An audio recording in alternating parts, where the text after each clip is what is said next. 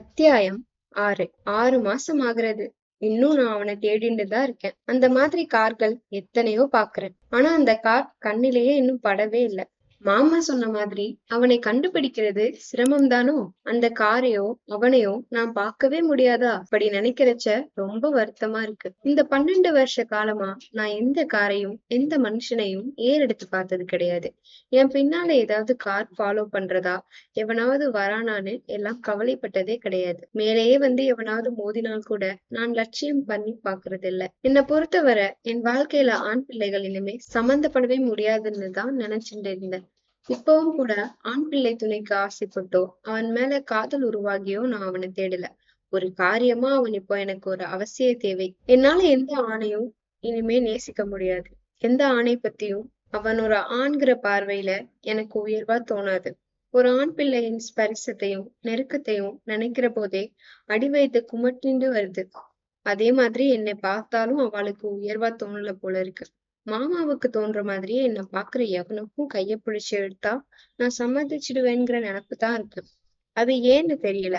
என்கிட்ட என்னவோ அப்படி ஒரு சீப்னஸ் இருக்கோ, இல்லைன்னா என்ன பார்த்தாதமேன்னு இருக்கிறதுனால இந்த அசடை பயன்படுத்திக்கலாமேன்னு ஒரு தைரியம் வருதோ.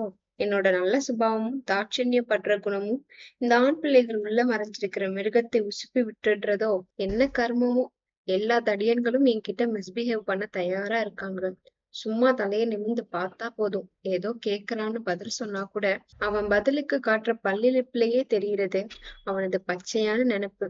பஸ்ல டிக்கெட் கொடுக்கற ஒரு கண்டக்டர் கூட மீசைய முறுக்கிண்டு பாப்பானே, டிக்கெட்டுக்கு காசை வாங்குறச்ச என்கிட்ட மட்டும் விரலை தொட்டுத்தான் வாங்குறான். சில்லறை கொடுக்கறப்பவும் தொட்டுத்தான் தர்றான். நானும் மத்தவா கிட்ட அப்படி செய்யறானான்னு பார்த்தேன். இல்ல, என்கிட்ட மாத்திரம்தான். அவன் டிக்கெட் கேட்டுட்டு பக்கத்துல வர்ற போதே இவன் என்ன இப்ப தொட போறானுங்கிற பயத்துல பக் பக்னு நெஞ்சு அடைச்சுக்கிறது. மொத்தத்துல ஆம்பளைங்களை நினைக்க நினைக்க ஒரு அருவருப்பான பயம்தான் இருக்கு எனக்கு. அருவருப்பான பயமா கரப்பாம்பூச்சியை பார்த்தா வரதே, அந்த மாதிரி. கரப்பாம்பூச்சி நம்மை கடிச்சிடும்னா உதறிட்டு ஓடி உடம்பு செலுத்து போறோம். அந்த மாதிரி ஒரு கரப்பாம்பூச்சி பயம். ஆனா நான் இப்ப ஒரு கரப்பாம்பூச்சியை தேடுறேன். காரியமா தான் தேடுறேன். இப்ப கொஞ்ச நாளா நான் சுய பிரஜனையோட செல்ஃப் கான்சியஸா இருக்கேன். அடிக்கடி திரும்பி திரும்பி பாத்துக்கிறேன். பஸ்ல போகிறச்சையும் நடந்து வாக்கிங் போகிறச்சையும் ஒரு கார் விடாம தேடி தேடி பாக்குறேன். என் பின்னால திடீர்னு அந்த கார் ஃபாலோ பண்ணிட்டு வர மாதிரியும் வரணுங்கிற மாதிரியும் தோன்றது. அப்படி நான் கற்பனை பண்ணிக்கிறேன். சாயங்காலத்துல இப்பெல்லாம் வீட்டு வாசற்படியில வந்து நிக்கிறேன்.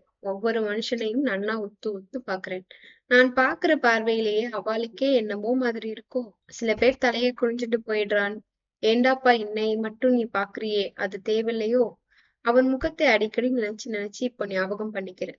இப்பெல்லாம் சித்த கண்ணை மூடினா கூட ஒரே முகங்களா தெரியுது. ஆம்பளை முகங்கள், மீசையுள்ள முகங்கள், மீசை இல்லாம சவரம் பண்ணி பச்சையாக கரைப்பட்டுள்ள முகங்கள், வட்டமான முகங்கள், நீளமான முகங்கள், கூலிங் கிளாஸ் போட்ட முகங்கள், பளிச்சுன்னு தொடச்சு வச்ச மாதிரி முகங்கள், பரு நிறைஞ்ச அம்மை தழும்பு உள்ள எண்ணெய் வழியிற அசடு வழியிற எப்பவுமே சிரிக்கிற மாதிரி இருக்கிற பல்லு நீண்ட உம்னு இருக்கிற எத்தனை விதமான முகங்கள். ஒண்ணு மாதிரி இன்னொன்னு கிடையாது. அப்படி இருந்தும் ஆள் மாறி போறது, அடையாளம் மறந்து போறது. மனுஷாளுக்கு மூக்குகள்ல தான் எத்தனை வகைகள் இருக்கு. சில மூக்குகளை பார்த்தா சில மிருகங்கள் ஞாபகம் வருது, சில பறவைகள் ஞாபகம் வருது. ஆடு மாதிரி, குதிரை மாதிரி, குரங்கு மாதிரி, கழுகு மாதிரி, கிளி மாதிரி, மூஞ்சிரு மாதிரி. இப்படி ஒத்திட்டு பாக்குறதே ஒரு நல்ல பாஸ்ட் டைம் அனுபவம் ஆயிடுத்து எனக்கு. நான் அப்படியே இவாளை பார்க்கணுங்கிற ஆசையில ஒன்னும் பார்க்கல. அதுக்காக நான் சந்தோஷப்பட்டோ இந்த மோரைகளை பாக்குறதுனால உள்ளூர சோகப்பட்டோ போயிடுறது இல்ல. எவனை பார்த்தாலும் ஒருவேளை இவன் அவனுக்கு தெரிஞ்சவனா இருக்க மாட்டானான்னு நினைக்கிறேன். அவனை பத்தி விசாரிக்கணும்னு கூட தோன்றது. ஆனா என்னன்னு விசாரிக்கிறது? பேரு கூட தெரியாதே, அந்த காரோட நம்பர் கூட தெரியாதே எனக்கு. நான் என்னன்னு யார போய் கேக்குறது? ஐயோ, என் தலையெழுத்தே. எவன் பேரு கூட எனக்கு தெரியாதோ அவன் தான் எனக்கு எல்லாமா. மாமா சொல்லிட்டாரே. மாமா, மகா பண்டிதர். மாமா சொல்லிட்டா போறாதோ, எனக்கு மந்திரம் ஆயிடுமே. மாமா சொல்ற மாதிரி நான் இயற்கையிலேயே ரொம்ப கீழ்த்தரமான குணமுடையவன் தானோ? யாருன்னே தெரியாத ஒருத்தனுக்கு அவனை யாருன்னு கூட தெரிஞ்சுக்கணும்னு தோணாமல் எப்படி இணங்க முடிஞ்சது என்னால? இது கீழ்த்தரமான குணத்தினாலயா? இல்ல, அந்த அளவுக்கு ஒண்ணும் தெரியாத அசடா இருந்திருக்கேன். அந்த உறவையும் அனுபவத்தையும் ஆசைப்பட்டு அதுக்காக நினைச்சு ஏங்கி என் முயற்சியால அதை ஏற்படுத்திட்டு இருந்திருந்தேனா அதை காப்பாத்திக்கணும்னு நினைச்சிருப்பேன். நான் அசடு. அந்த பேர் தெரியாத எவனோதான் என் புருஷனா? அந்த கார்ல எனக்கு சம்பவிச்சதே அதுதான் என் கல்யாணமா? அந்த மாதிரி கல்யாணத்துக்கு காந்தர்வம்னு பேர், அப்படித்தானே? அப்படின்னா நான் இப்போ என் புருஷனை தேடுறேனா? சகுந்தலை துஷ்யந்தனை பண்ணிண்ட மாதிரி காந்தர்ப்ப மனம் பண்ணிண்டு தமையந்தி நலனை காட்டிலே தேடின மாதிரி நான் இவனை பட்டணத்து வீதியில காரா தேடுறேனா? அவன் இவ்வளவு காலம் வேற ஒருத்திக்கு புருஷனாகி எத்தனை குழந்தைக்கு தகப்பனாகி இருப்பானோ? என்னை அவனுக்கு ஞாபகம் இருக்குமோ? ஞாபகப்படுத்தினாலாவது ஞாபகம் வருமா? ஞாபகத்துக்கு ஒரு கணையாளி கூட வாங்கி வச்சுக்கல. அசடு அசடு. எனக்கு எப்படியாவது அவனை பார்க்கணும் போல இருக்கே. நான் சாமர்த்தியக்காரன்னு மாமா கிட்ட நிரூபிக்கிறதுக்காவது அவனை பார்த்தே ஆகணுமே. இந்த மாமாவை கொஞ்சம் தள்ளி நிறுத்தி வைக்கிறதுக்காவது அவனை கண்டுபிடிக்கணுமே. Lunch time. என் செக்ஷன்ல இருக்கிறவா எல்லாரும் கேன்டீனுக்கு போயிருக்கா. பக்கத்துல லேடி சாப்பிடறதுக்குன்னு ஒதுக்கி வச்சிருக்கிற ஸ்கிரீன் மறைவில சலசலன்னு பேசிண்டு கெக்கேன்னு சிரிச்சுண்டு 2-3 பெண்கள் சாப்பிடுறதுகள். எனக்கு ஏனோ பசிக்கல. மோருஞ்சாதம் டிஃபன் பாக்ஸ்ல இதோ மேஜை மேல இருக்கு. கையெழுத்து போட வேண்டிய ஃபைல்கள் ஒரு அடுக்கு இந்த பக்கம் நிக்கிறது.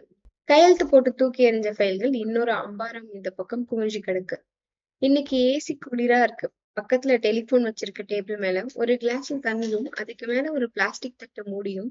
எதுக்கு இதை கொண்டு வந்து ரங்கசாமி தினம் வைக்கிறானோ? நான் ஒரு நாள் கூட இந்த தண்ணியை கொடுக்கறது இல்ல. அவன் டியூட்டியே அவன் செய்யறானோ? யாராவது கூப்பிட்டு இந்த ஃபைலை எடுத்துட்டு போன்னு சொன்னா முறைப்பான். கையெழுத்து போட்டு வச்சுட்டேல சார், அத்தோடு விடு. அது போற இடத்துக்கு தானா போகும். வேற எங்கனாச்சும் மாறி போகணுமா? தனியா எடுத்து வை, அப்புறம் சொல்லுன்னு அதிகாரம் தான் பண்ணுவார் ரங்கசாமி. நான் யார்கிட்டயும் எதுவும் சொல்றதில்ல.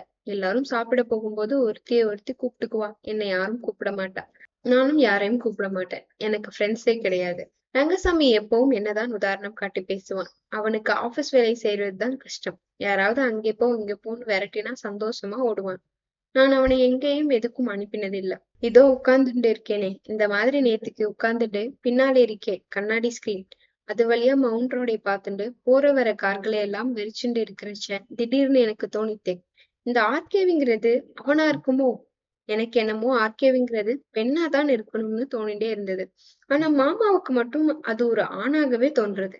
அதுவும் ஒரு காவாலி பயலா இருக்கணும்னு தோன்றது. இந்த கதையில எழுதியிருக்கிற சம்பவங்கள், இடம், கார், கதாபாத்திரங்களை வர்ணிச்சிருக்கிற முறை எல்லாத்தையும் யோசிச்சு பாக்குற போது ஏன் இதை எழுதின ஆளே அவனா இருக்கப்படாதுன்னு தோன்றது. இந்த நிமிஷம் என் மனசுக்கு பிடிச்ச ஒரு இன்டலெக்சுவலாக அவனை நான் கற்பனை பண்ணிக்கிற போது ஒரு கவலைப்படமான உணர்ச்சியில ஐயோ அப்படியெல்லாம் இருக்கப்படாதேன்னு நான் தவிக்கிறேன்.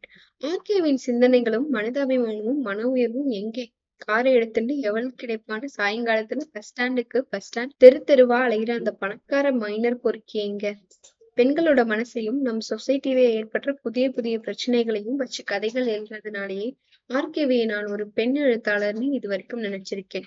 ஒருவேளை ஆர்கேவிங்கிறது ஆணா இருந்தாலும் நிச்சயமா அவனா இருக்க முடியாது, இருக்கவும் கூடாது. ஏன்? எதுக்கு இப்படி நினைக்கிறேன்? இருக்க முடியாதுன்னா சரி, இருக்கவும் கூடாதுன்னு நினைக்கிறது என்ன நியாயம்? ஏனோ இருக்க கூடாதாம். இருந்தா அப்புறம் எப்படி எனக்கு ஆர்கேவியோட எழுத்துக்கள் பிடிக்கும்? அப்புறம் செய்யறது ஒண்ணு, எழுதுறது ஒண்ணுன்னா ஆயிடும். ஆர்கேவிங்கிற அந்த அறிவுஜீவி ஒரு ஹிப்பகிராட்டனா ஆயிடுவான். அந்த கருத்துக்கள் எல்லாம் வெறும் மாய்மாலமானா ஆயிடும். அந்த கருத்துக்களும் அதை சொன்னவனுமே அப்படின்னா அதை பாராட்டின அதை ஏத்துண்டு நானும் பொய்யானா போயிடுவேன். அது எப்படி? 12 வருஷம் ஓடி இருக்கேன். அந்த 12 வருஷத்துல ஒண்ணுமே தெரியாத அசடா இருந்தனா இந்த அளவுக்கு வளர்ந்திருக்கேன். அதே 12 வருஷங்கள் அவனையும் ஒரு பொம்பளை பொறுக்கியா தெரிஞ்சிட்டு இருந்த அவனையும் வளர்த்து ஒரு ஆர்கேவியா ஆக்கியிருக்கப்படாதா? அவன் மட்டும் காலத்துக்கே அதே மாதிரி திரிஞ்சுட்டேவா இருப்பான்? பொறுப்பும் சிந்தனையும் அடிபட்டு புத்தியும் அனுபவத்தினாலேதானே வருது. அவனுக்கு கல்யாணம் ஆகி ஒரு பெண் குழந்தை பிறந்து 10-12 வயசுல பள்ளிக்கூடத்துக்கு போயிட்டு இருக்கப்படாதோ? அப்படி போற தன் சொந்த குழந்தையை பாக்குறச்ச ஒரு நாளாவது அவனுக்கு என் ஞாபகம் வந்திருக்காதா? எனக்கு ஏற்பட்ட மாதிரி அந்த குழந்தைக்கு ஏதாவது நடந்துடுமோங்கிற பயம் வந்து அவனை நெஞ்சிலே அரைஞ்சு உலுக்கி இருக்காதா? இந்த வாழ்க்கையில யாருக்கும் எதுவும் எப்பவும் ஆகலாம். எதுவும் நடக்க முடியாதுங்கிறது இல்ல. நடந்துட்டா அப்புறம் என்ன செய்யறது? How to face the problem? ஆர்கேவிங்கிறது அவனா இருந்துட்டா அது நிச்சயம் எனக்கு ஒரு பிரச்சனை தான். ஏன்னா எனக்கு அந்த எழுத்துக்கள் மேல அப்படியே ஒரு அட்மிரேஷன் உண்டு. அப்போ அவன்கிற ஆர்கேவி சந்திக்கிறதுனால எனக்கு பெரிய சிக்கல் வரும். என்னோட தீர்மானம் ஆயிட்ட இந்த தனிமையை உள்ளூர அது பாதிக்கும். நான் ஒருத்தனோட நிரந்தரமா வாழ்ந்தாலும் கல்யாணமே பண்ணிட்டாலும் கூட பாதிக்கப்பட முடியாத ஏதோ ஒண்ணு என்னுள்ள சலனப்பட்டு போகும். ஆர்கேவியை யாருன்னு தெரிஞ்சுக்கிற முயற்சியையும் அவனை தேடுற காரியத்தையும் கைவிட்டுட்டா என்ன? எதுக்கு இந்த விபரீத முயற்சி? என் கண் முன்னாடி வரிசையா கார்கள் ஓடிட்டே இருக்கு. 7வது மாடியில இருந்து நான் பார்த்துட்டு இருக்கேன். நூத்துக்கணக்கில மனுஷா கூறு கட்டி வச்ச மாதிரி நிக்கிறா. திரியிறா. கருப்பும் வெள்ளையும் நீலமும் பச்சையுமா வரிசை வரிசையா கார்கள் போயிட்டு இருக்கு. வலிக்கிண்டு சறுக்கி விளையாடுற மாதிரி வெறு வெறுன்னு எதிரும் புதிருமா ஓடுறது. இங்க இருந்து பாக்குற போது கார்களோட டாப் மாத்திரம் தான் தெரியுது. உள்ள இருக்கிற மனுஷனே பார்க்க முடியல. இந்த கார்களில் எதுலயாவது அவன் இருப்பானோ என்னவோ.